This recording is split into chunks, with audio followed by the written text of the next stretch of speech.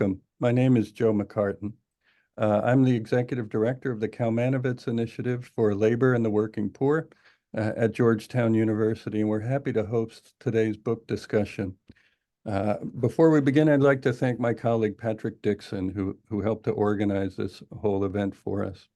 We're here today to celebrate a very important book, Public Workers in Service of America, a Reader, with its editors and its key contributors, or some of its key contributors today. And I'm delighted to introduce them to you.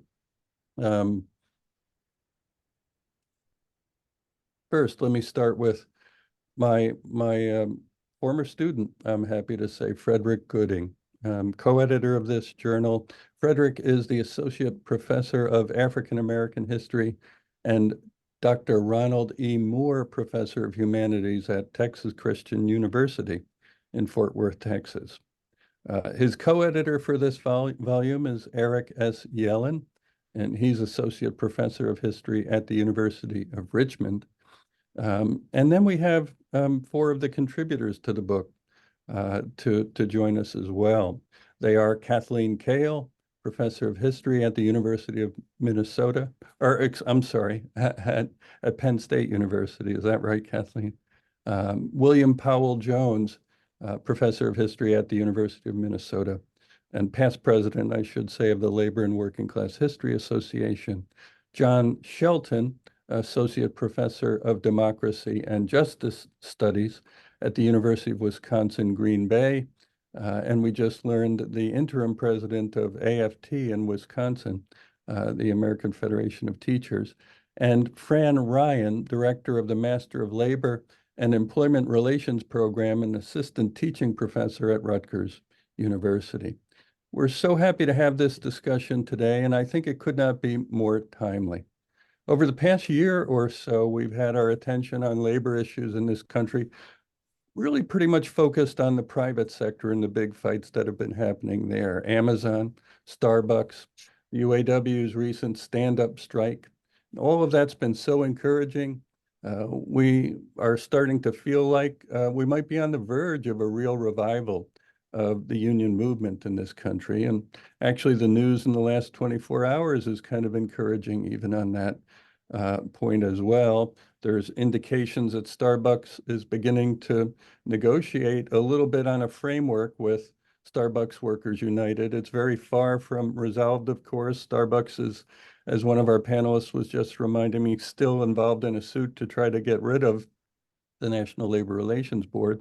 We also just learned in the past 24 hours that the UAW has gotten a majority of workers at the Mercedes operation in Alabama to sign union authorization cards.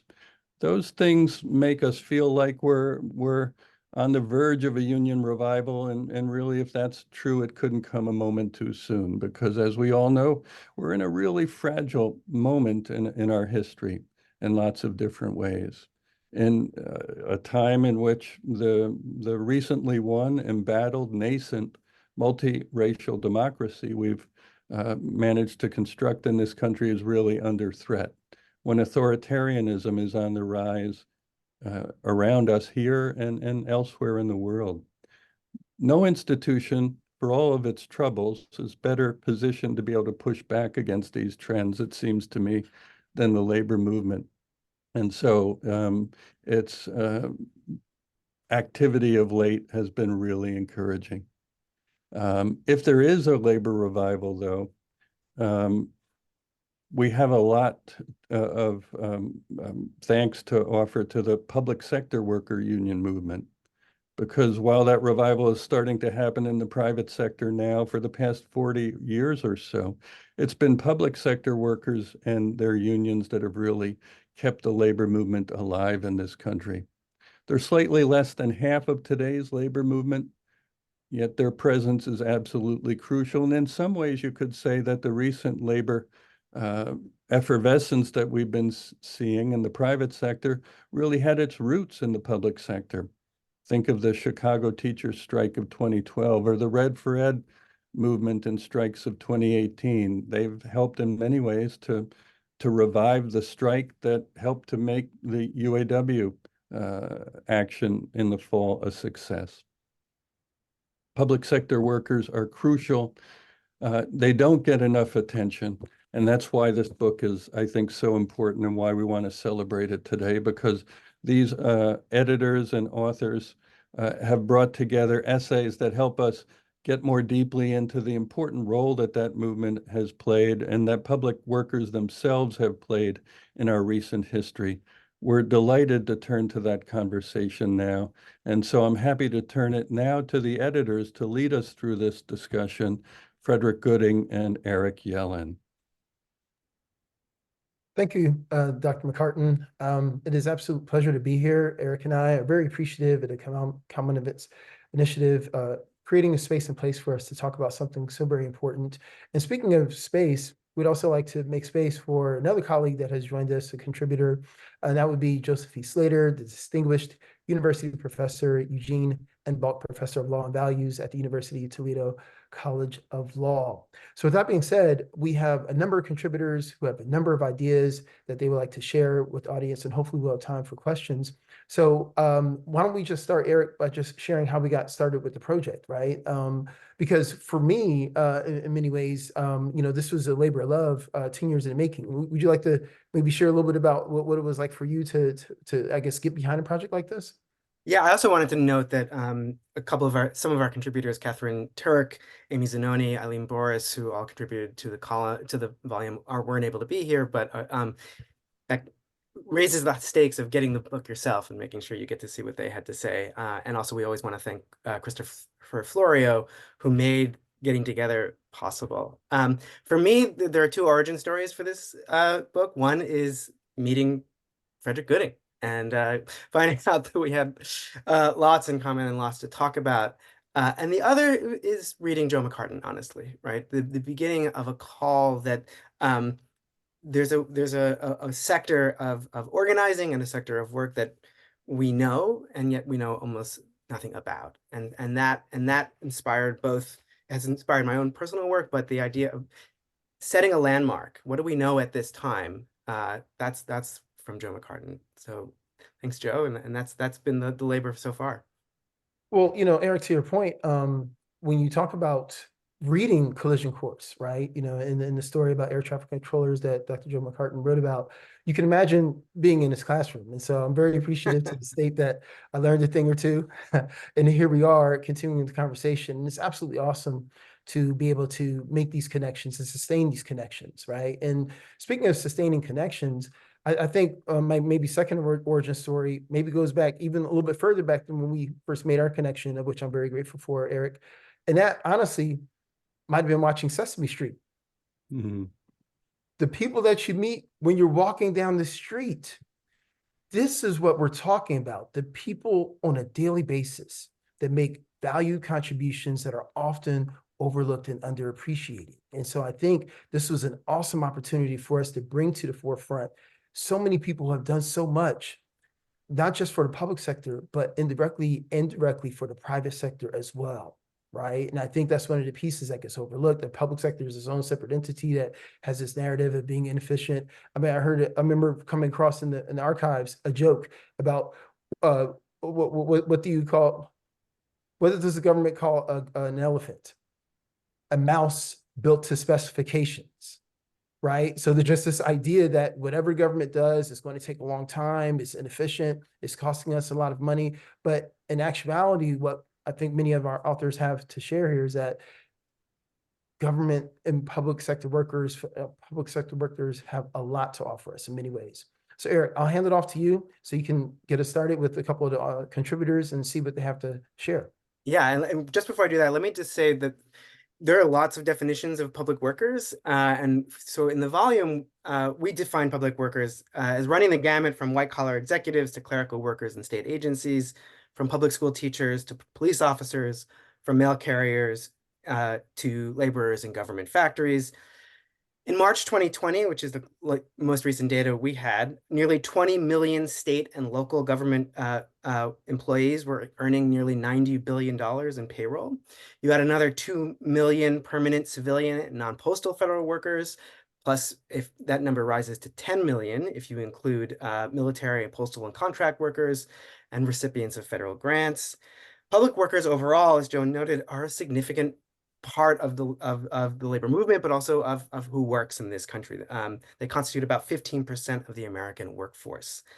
Public workers, in short, represent both a significant and substantial part of who does the work of the nation. And so to get us started, we're going to go sort of backward through the volume, in part because John Shelton's chapter runs the whole gamut of the period that we cover, which is a sort of long 20th century.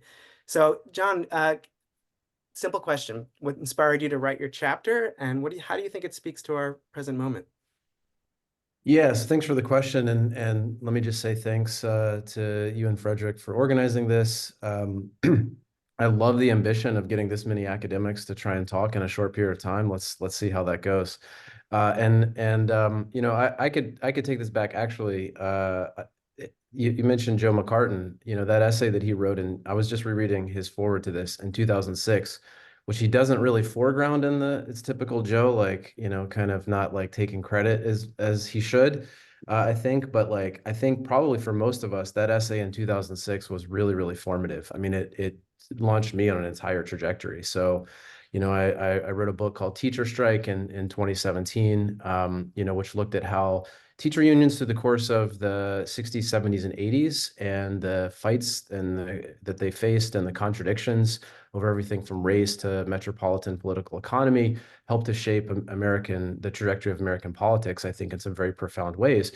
Might not have even been on that trajectory had it not been for Joe's essay, honestly, because I think he taught a lot of us to understand that, like, we have to look at public employees as being central, not just in how we think about government, but how we think about the labor movement. So, you know, coming out of that book, I was starting to work on a second book, which just came out last year, called The Education Myth, and really looks a lot at how American perceptions of public education have changed over time. And of course, this was embedded in a lot of union work I was doing in Wisconsin. You know, probably don't need to tell y'all about what's happened in Wisconsin to public education. But you know, like thinking about how folks think about education, and really how if we think about education in a very particular way, and the work that teachers and other educators do in a particular way, and we think about how that's been socially constructed toward human capital paradigm in the last 50 or 60 years, that what we're doing is we're on the front lines of overcoming educational inequalities by ensuring students have the right skills, that if that's something that's been constructed by very particular ideological and political interests, right, neoliberals, both in the Democratic and Republican Party, then that's also something we can change. And so Joe mentioned all those social democratic teacher union efforts you know, in Chicago and the Red State revolts. You know, like those are really good examples of how activism can change the paradigm. And I think we're seeing that happen, right? We're seeing teachers leading the fight to change how we think about public education, away from this like degraded, you know, education system where teachers have to be surveilled all the time, and we have to lower students' expectations about what's possible and not teach them civics and not teach them to be critical thinkers. That's changing, and it's because of the activism that we're doing. And, you know, so I think what I would have added to this essay, actually, so I chart that basically in the essay.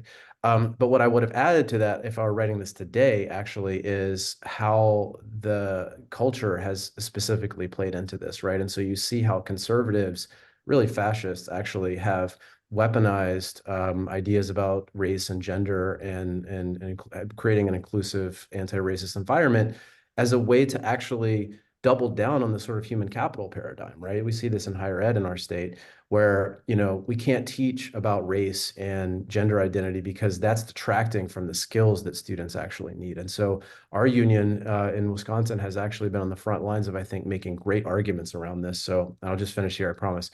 We had this deal with the Board of Regents. The Board of Regents just accepted to effectively eliminate a lot of our DEI positions in the UW system in exchange for essentially an engineering building at Madison, right? And it was like, and some pay raises for faculty and staff. And, you know, our union actually told the regents, and we lobbied very hard, and we had a lot of activism. We said, don't actually accept this deal, because we don't want to have these raises and the engineering building come at the expense of the things we know our students need. So in that way, like, I think a lot of us, at least in my state, we've been changed by these conversations about what education can and should do. And, so I think like moving forward, that has to be kind of a part of how we think about public education too. Thanks, John. I'm going to circle back to you, but I want to bring in Fran Ryan, because so much of what you said, John, reminded me that there was no avoiding politics as we talked about these workers, right? The ways in which their visibility and the way they connect into political infrastructure, whether by choice or because they become politicized as they're attacked, becomes unavoidable, right? And same for teachers. And Fran, you can fill in that story a little bit too. So tell us about your chapter and how you think it speaks to the moment. Sure. Well, the chapter is a case study of a job action that took place, a month-long job action by Philadelphia sanitation workers who were represented by AFSCME Local 427. This is in February of 1970. And people who live in Philadelphia of that age remember this as a as a pivotal moment and a great inconvenience.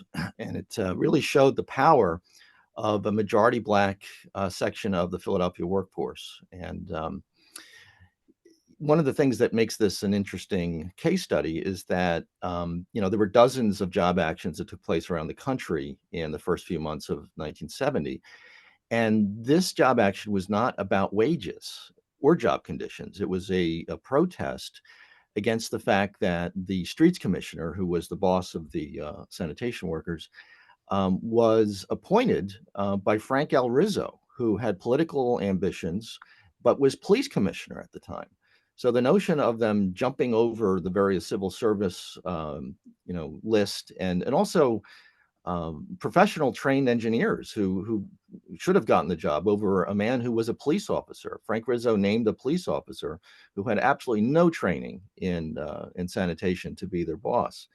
And this was really a turning point for the workers, and they engaged in a slowdown. It wasn't a strike. They refused to take overtime, and this led to a really massive problem in the city, a health crisis that eventually these workers, the 3,000 workers of local 427, did actually get this police officer to step down.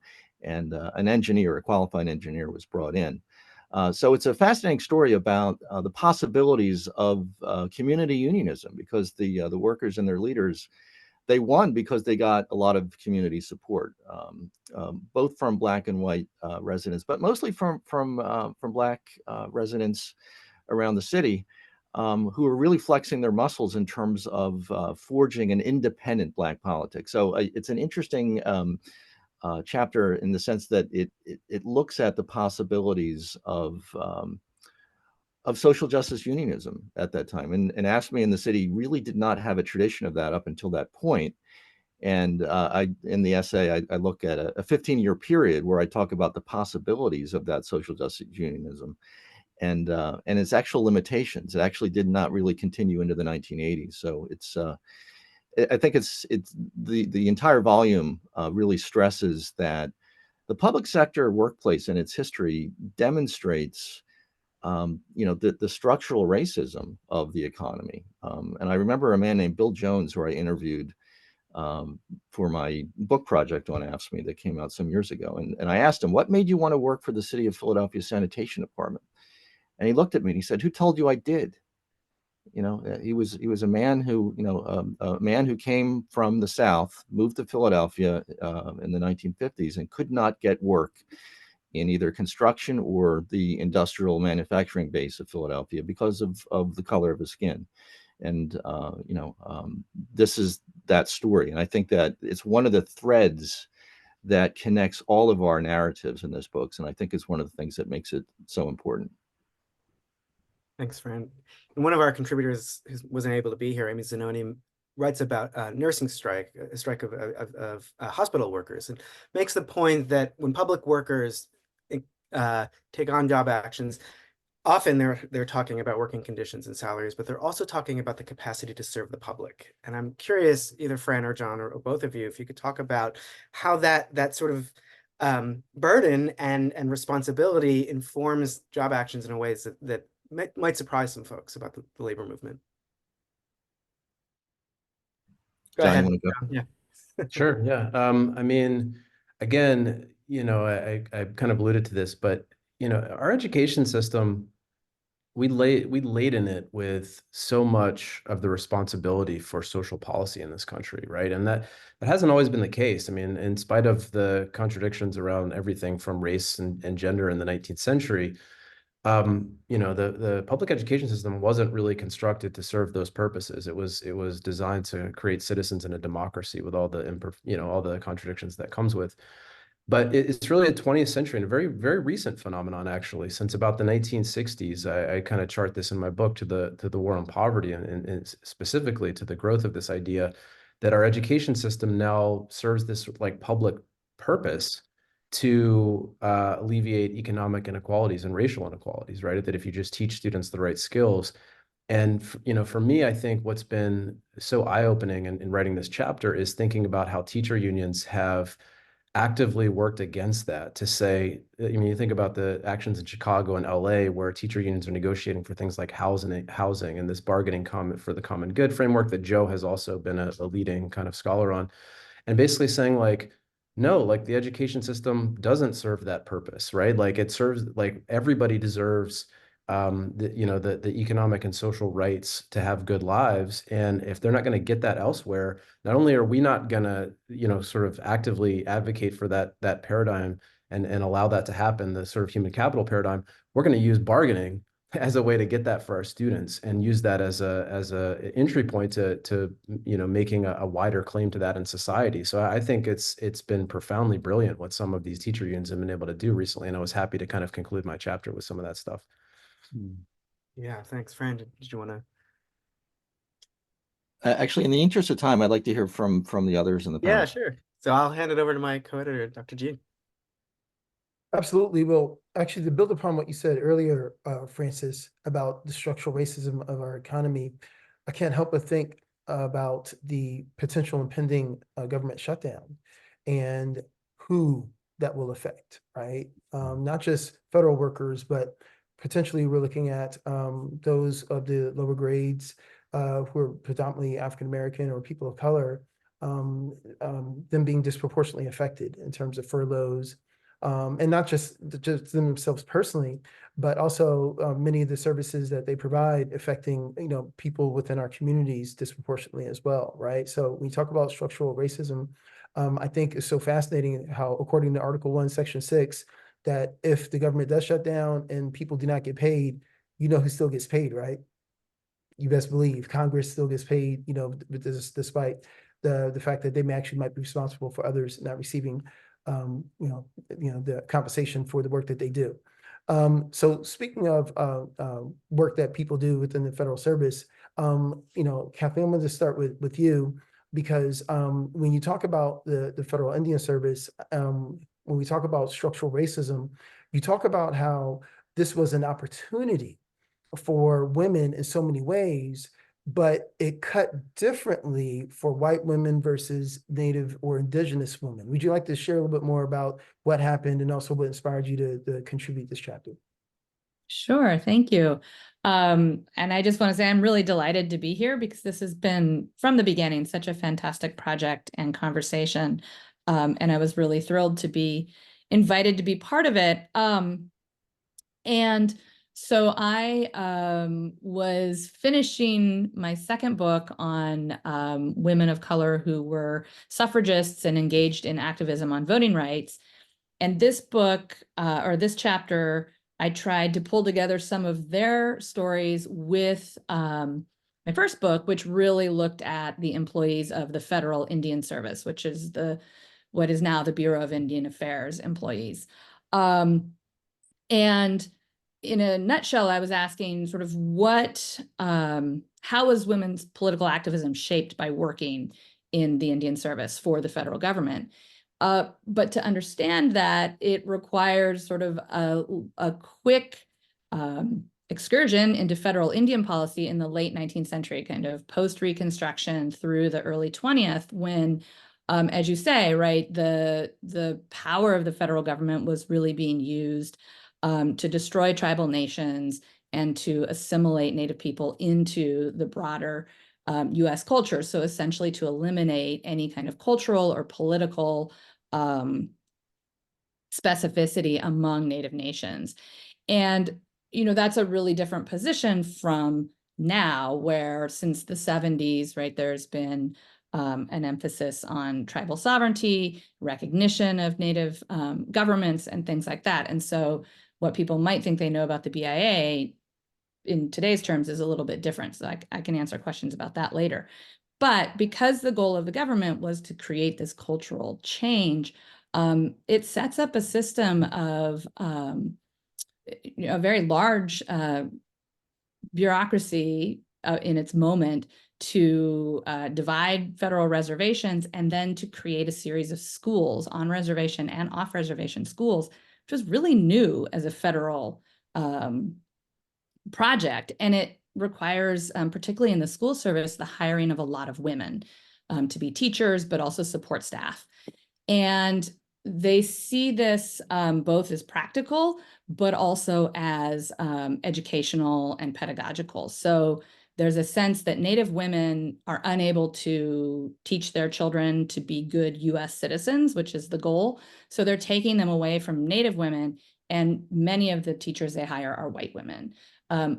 So the service has a lot of white women being hired, but again, for that support staff in particular, who are paid less, there's a sense that Native employees, Native women, can also be hired in those positions, which they will run the schools on a tighter budget, but also it's seen as pedagogical as well. Like if they're assistant matrons or assistant bakers or assistant cooks, they'll be learning these skills along with the children. So you end up with a really strange workforce for the late 19th century with, again, a lot of women.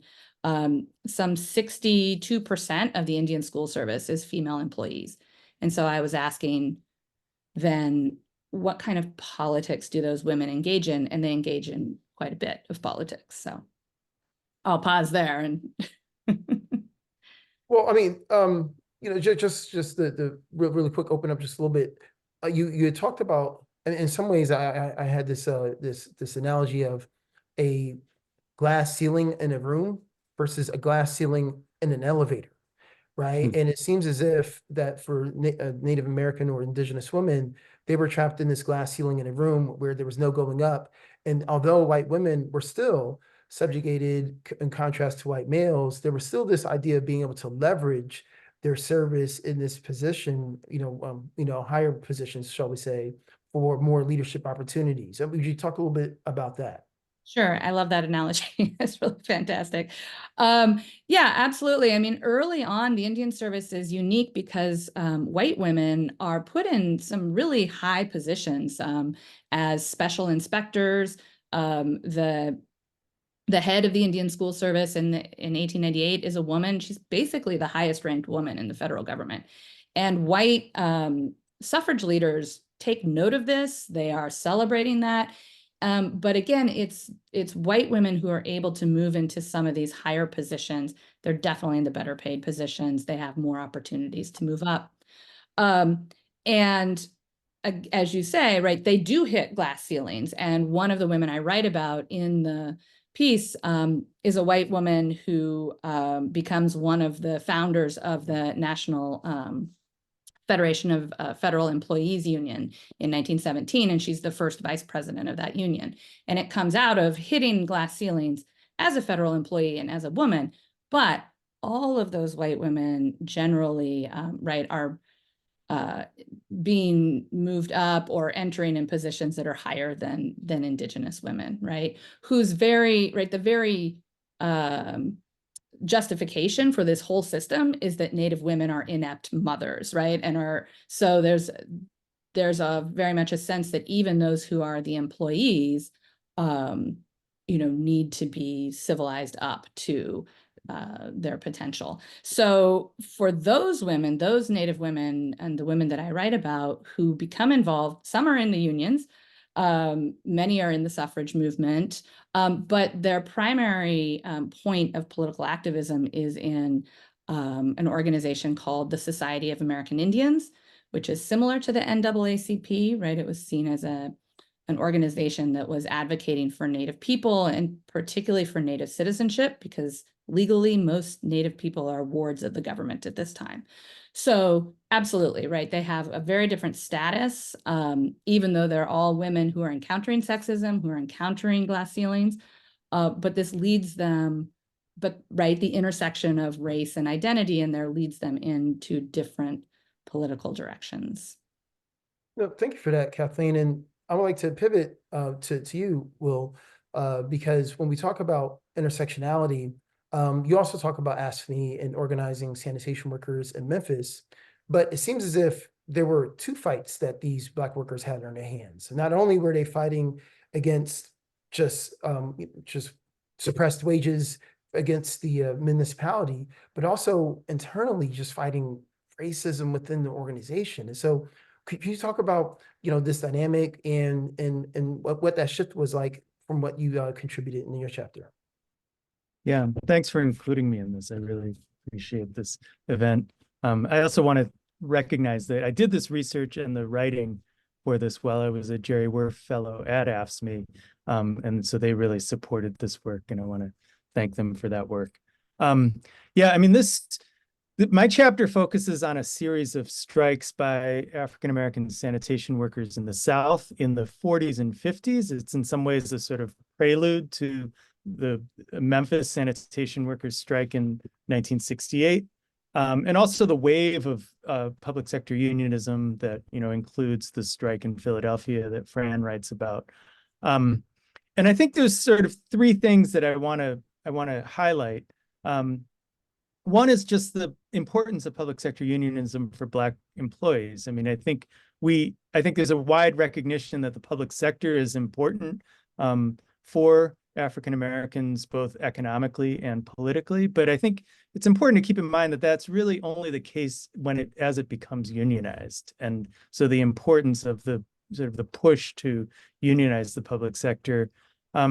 I think this story also complicates something like the timeline of that unionization. I think it's often seen as a sort of top-down movement that's driven by relatively privileged white-collar workers.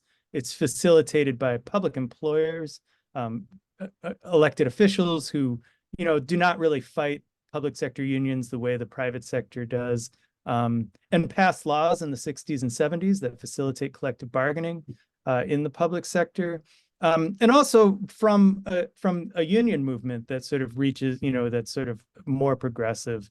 And I think this chapter kind of complicates a lot of that. It shows that the impetus really comes from the most exploited workers, Southern sanitation workers, African Americans. They had no rights on the job. They were day laborers. They didn't even have a right to their job from a day-to-day basis. And I think it really also forces us to rethink where the backlash is coming from to public sector unionism. Public sector officials respond in some ways very similar to officials in the private sector. They break strikes, in this case, often with prison labor. They pass laws prohibiting strikes in response to this the militancy. So it's not this sort of hollow threat or sort of a theoretical threat that they're responding to. And in doing so, I think by organizing public sector workers, these sanitation workers really transform the union movement. They force a union that's really initially not just not interested in organizing them, but kind of hostile to organizing them, and particularly to strikes. AFSCME has an official position against strikes. It expels union locals that go on strikes. And really by winning some important gains against these really hostile employers, these workers force the union to pay attention to them, to recognize and to support their strikes eventually. So this sort of, in some ways, lays the groundwork for the story that we see in AFSCME, where I'm sorry, in Memphis, where AFSCME comes in and really plays a very supportive role for a strike by Black sanitation workers. I think it also forces us in the present to really recognize what's at stake in the struggle for collective bargaining for public employees. These are not sort of handouts to privileged workers, but really rights that allow workers to turn jobs that are really, in many respects, terrible jobs into jobs that, pay a decent wage and provide benefits and really provide a sort of a political vehicle for empowerment that otherwise would not be there. So thanks. And well, I really appreciate the nuance of your chapter, because you're right.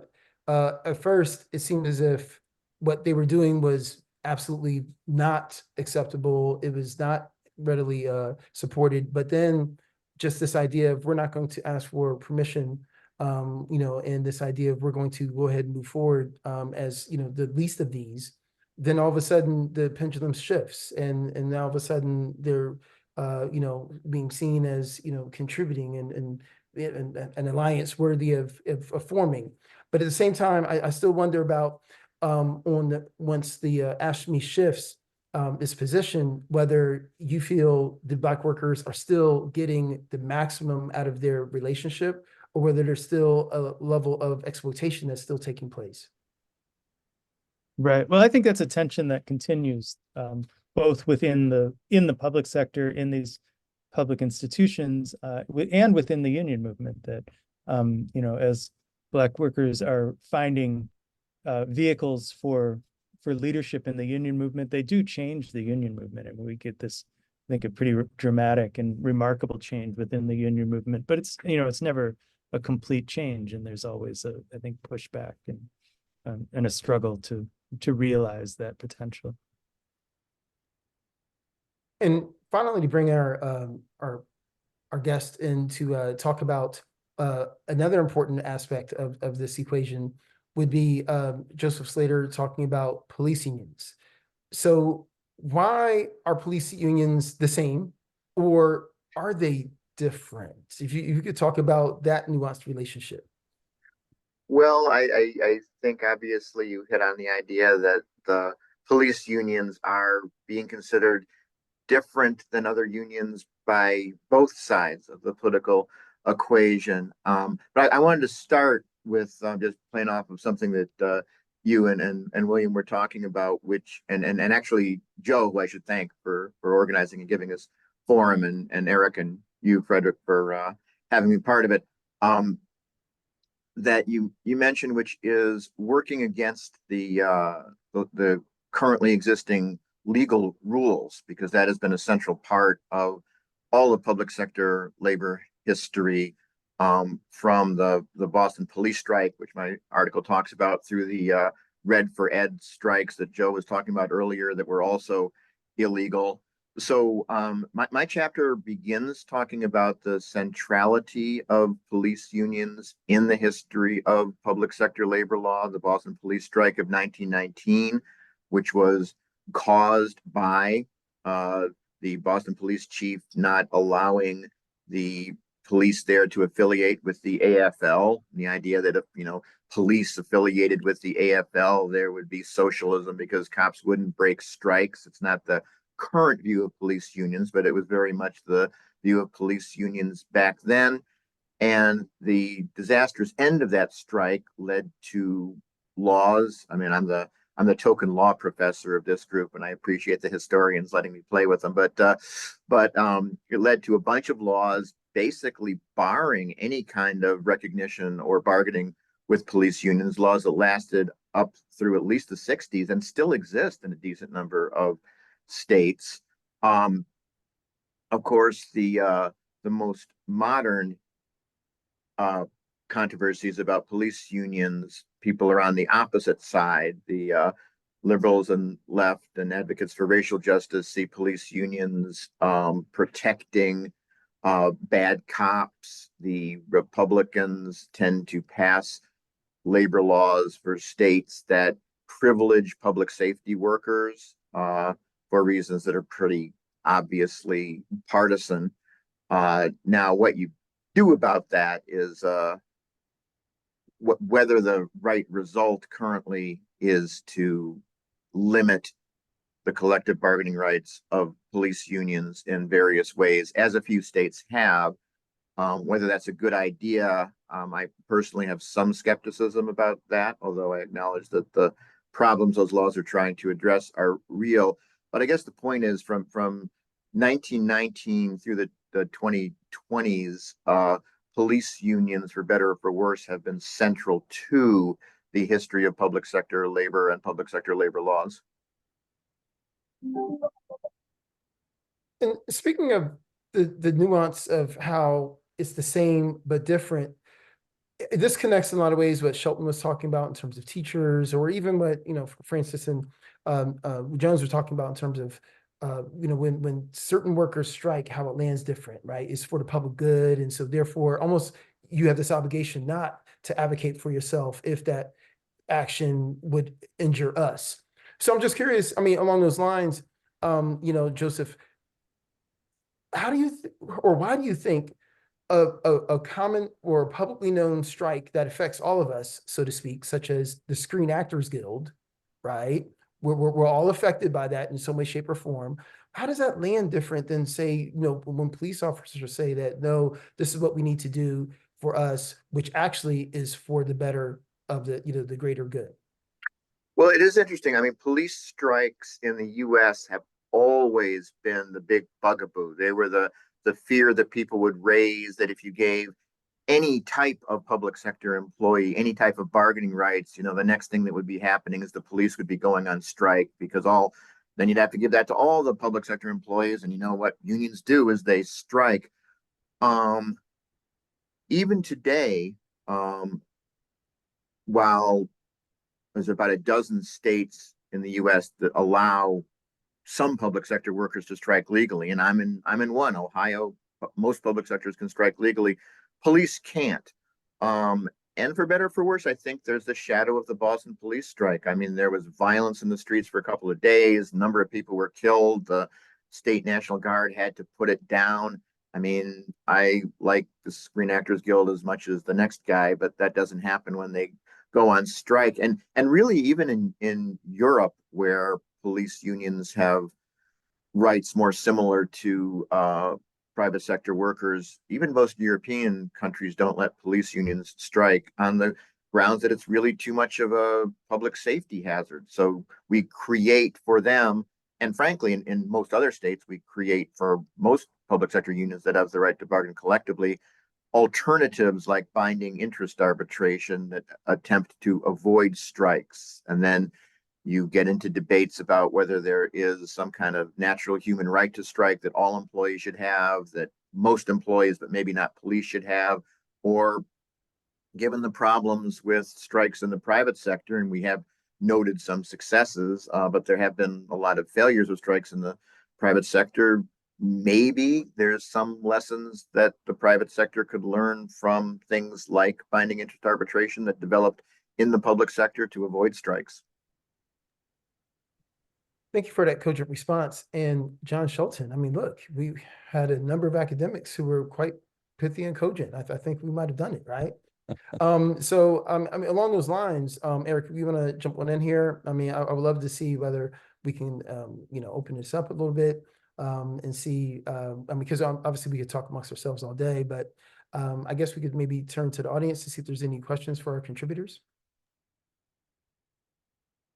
While you're inviting those, could I pop in with a quick comment? Yeah, please. Sure. No, I'm so sorry that I didn't mention Joe Slater as I'm rushing through my introductions at the beginning. I think it's in some ways because he looms so large in my own thinking. I'm so glad that and honored that people sort of mentioned the essay I wrote back in 2006, but really Joe got me thinking about this in a really profound way. I read his book manuscript in 2002, and Public Worker, when it came out, really just, it was foundational for me in thinking about how I would tell the Patco story. Because the Boston police strike, in a way, had some similarities to what happened in Patco, in its long-term impact and stuff. So I thank Joe for that. And he's too modest. He was talking about the historians, and he's the lawyer, but he's actually both. So don't anybody be confused about that. And so thank you, Joe, for that. And just one thing, Frederick and Eric, you guys are so great at giving your panelists platforms. You're modest about your own contributions to the volume. And, I want to thank you for those. Thanks, Joe. So folks should be able to write into the Q&A button on the bottom there if they have questions. Oh, here they come. Great.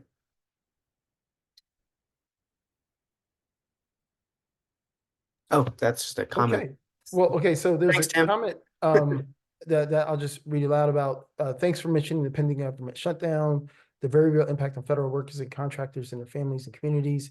Missing paychecks really has a dreadful impact on real people. And I really appreciate that comment. And it speaks in some ways to my modest contribution in my chapter, in that I focus specifically on Black federal workers, right? And 3 quick points that I make is that I came up with the term called Black collared workers, because I think what's so fascinating is that it's like, just like Kathleen was saying, is that while the government was absolutely an instrumental source of employment and stability for women and Indigenous women, at the same time, there were limits to that, right? And so I think for African-American workers, you all heard or read the book by Philip Rubio, which is an expression within African-American community, which is there's always work at the post office, right? This idea that you can go get a good government job, which is in effect true compared to the other options out there, right? And so, but when you are able to equalize for same amount of education, you're able to see that Black workers get paid at a slower rate and they get promoted at slower rates,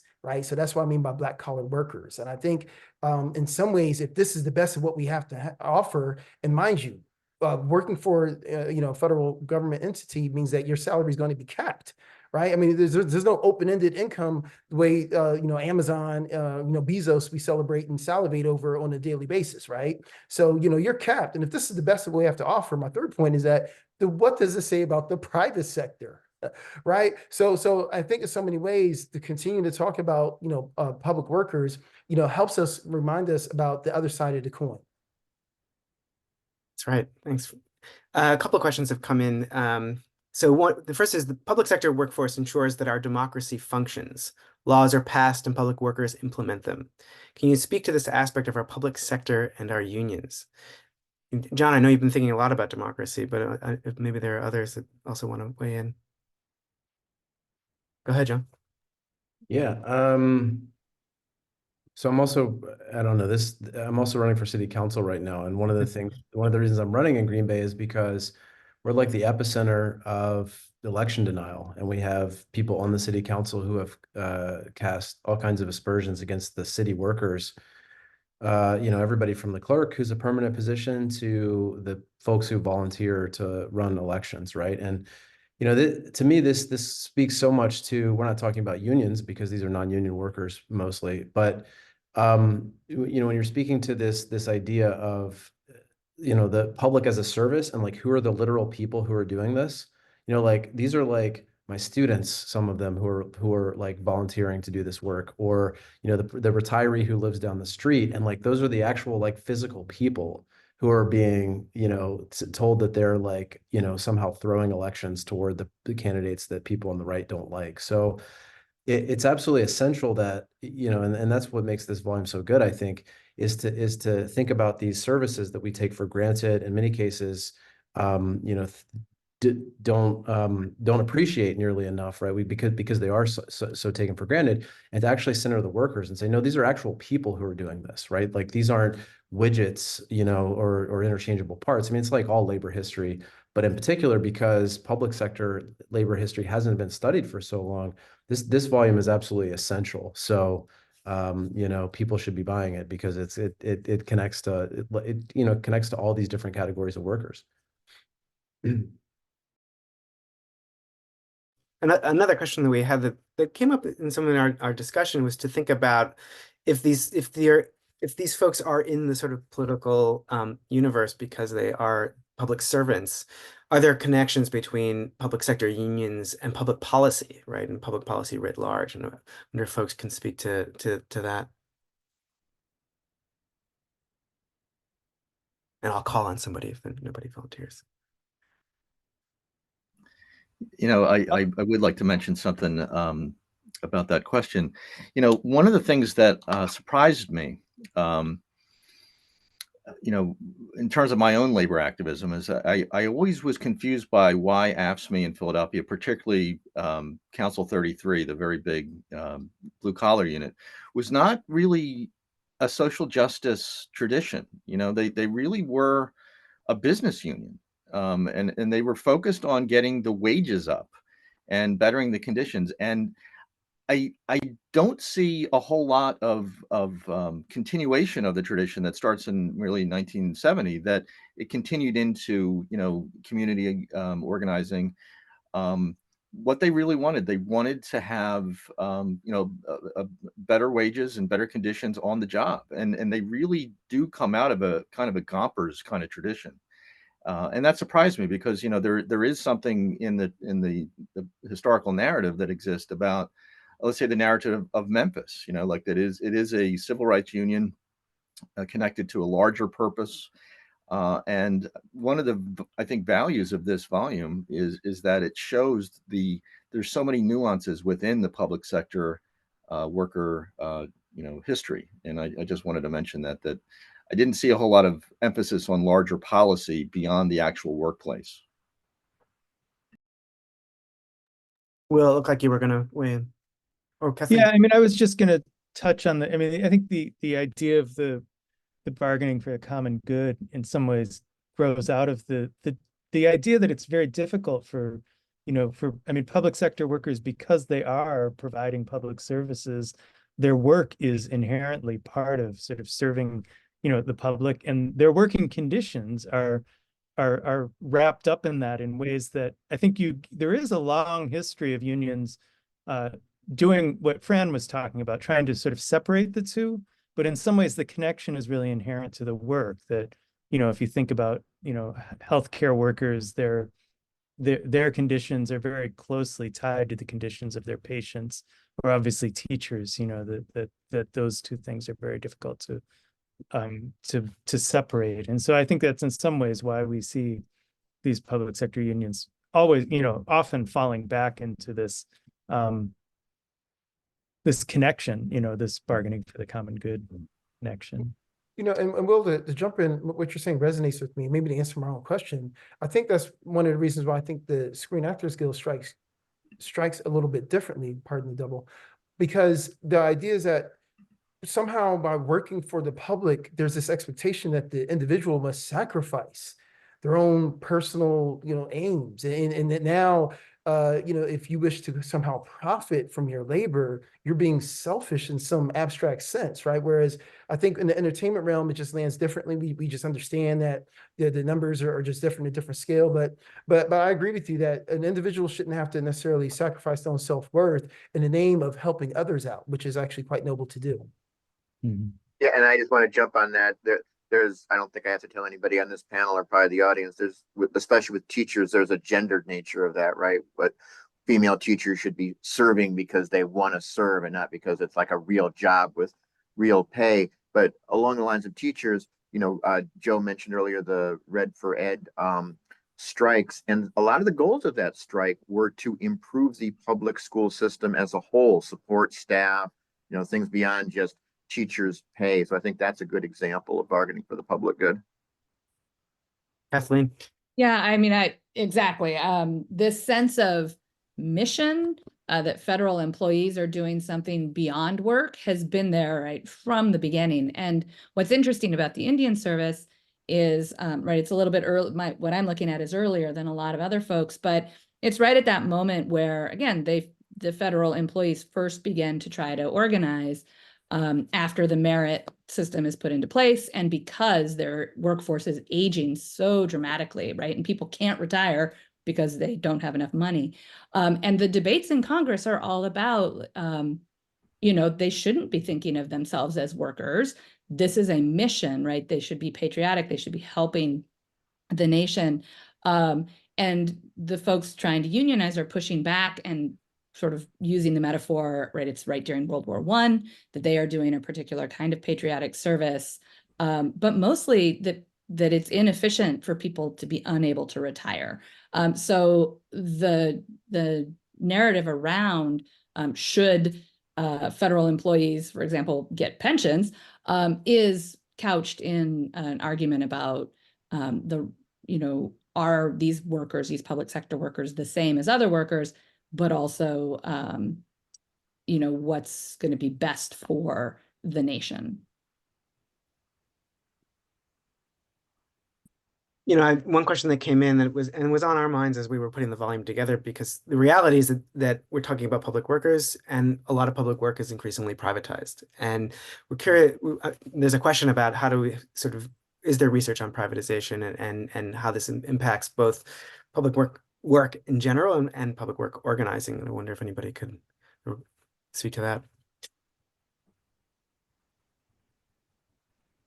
I'll just say that the Indian Service is, again, a place where initially it was very privatized. There were contracts with religious organizations to set up these schools. And the debates around the merit system are, in some cases, driven by that, right? Partly because the Catholics were really good at it in a moment when people were very anti-Catholic. And so it shifts to merit-based and the federal government setting this up. So there's, some circular sense to this, but I can't speak to the more recent changes. I mean, just super quickly, in education, of course, we have privatization. I would argue charter schools are privatization, and certainly vouchers, which Wisconsin's been sort of the tip of the spear there. And, these efforts, of course, stem from an education system that can't do the things that it's been tasked to do, right? When you have racial inequalities that are so baked into public schools in a place like Milwaukee, then, that allows conservatives, often, market fundamentalists, to make, in my view, bad faith arguments to try and then say that, well, privatizing things are the answer, which then further erodes and weakens the public services that exist and the working conditions of those public employees, right, who are much less likely to be union in a voucher or charter scenario. So yeah, we see this in lots of other sectors for sure. And in the DC case, one piece of this that gets sometimes missed is, there's privatization that removes the protections that do exist for federal workers. And then there's a dispersal, right? We're watching federal workers just be offices moved out of the district into places where they can be not only watched more carefully, but separated from other workers, right? So that the organizing becomes ever more difficult. Any last comments before I want to respect everybody's time. Thanks so much to the Kalmanovitz Institute for hosting us, for Joe for inspiring us, for Patrick Dixon for making this possible, and to these contributors who really made an amazing volume. Thank you guys for putting together such an important book, Eric and Frederick, for all of you contributors for what you've given to that book and to this discussion. And please go to that link in the chat if you want to get this book. It's a book that I've learned more from than any other recent book I've read. So thank you all. It's been wonderful. Thank you, Joe. Thank you. And maybe continue this important conversation.